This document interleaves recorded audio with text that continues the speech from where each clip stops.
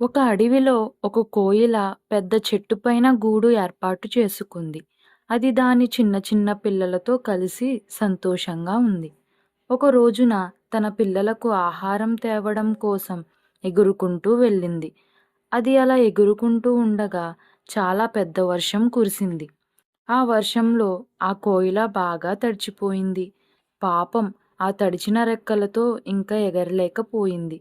ఎక్కడైనా కొంచెం సేపు ఆగి తన రెక్కలు ఆరబెట్టుకుని ఇంటికి వెళ్ళాలని అనుకుంది. ఒక అందమైన తియ్యని మామిడి చెట్టు దగ్గరకు వెళ్ళింది. తియ్యని మామిడి చెట్టు, నేను నీ కొమ్మపైన కాసేపు కూర్చోవచ్చా? నేను వర్షంలో బాగా తడిచిపోయాను, ఎగరలేకపోతున్నాను.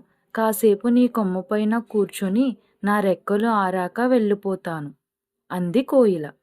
అప్పుడు మామిడి చెట్టు, వద్దు, నా కొమ్మపైన ఎవరూ కూర్చోవడం నాకు ఇష్టం లేదు. పైగా నా తియ్యటి మామిడి పండ్లు నువ్వు తినేస్తావేమో.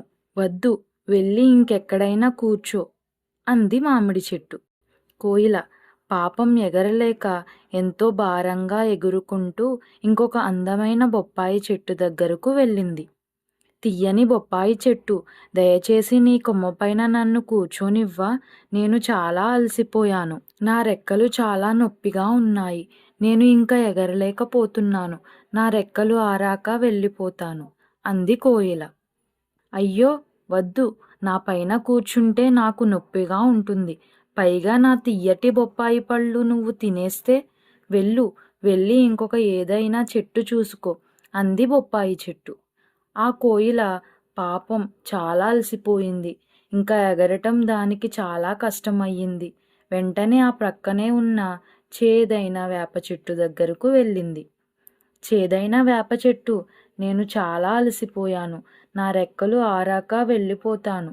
ఇంటి దగ్గర పిల్లలు ఒక్కరే ఉన్నారు.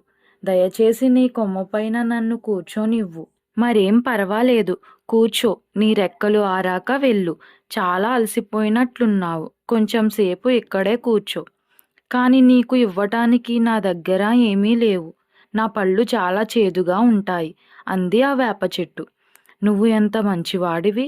నువ్వు చేదైన పళ్ళు ఇస్తావు, కానీ నువ్వు చాలా దయగలవాడివి. ఈ రోజు నుండి నువ్వు చేదైన వేప చెట్టువి కాదు, దయగల చెట్టువి అంది కోయిల.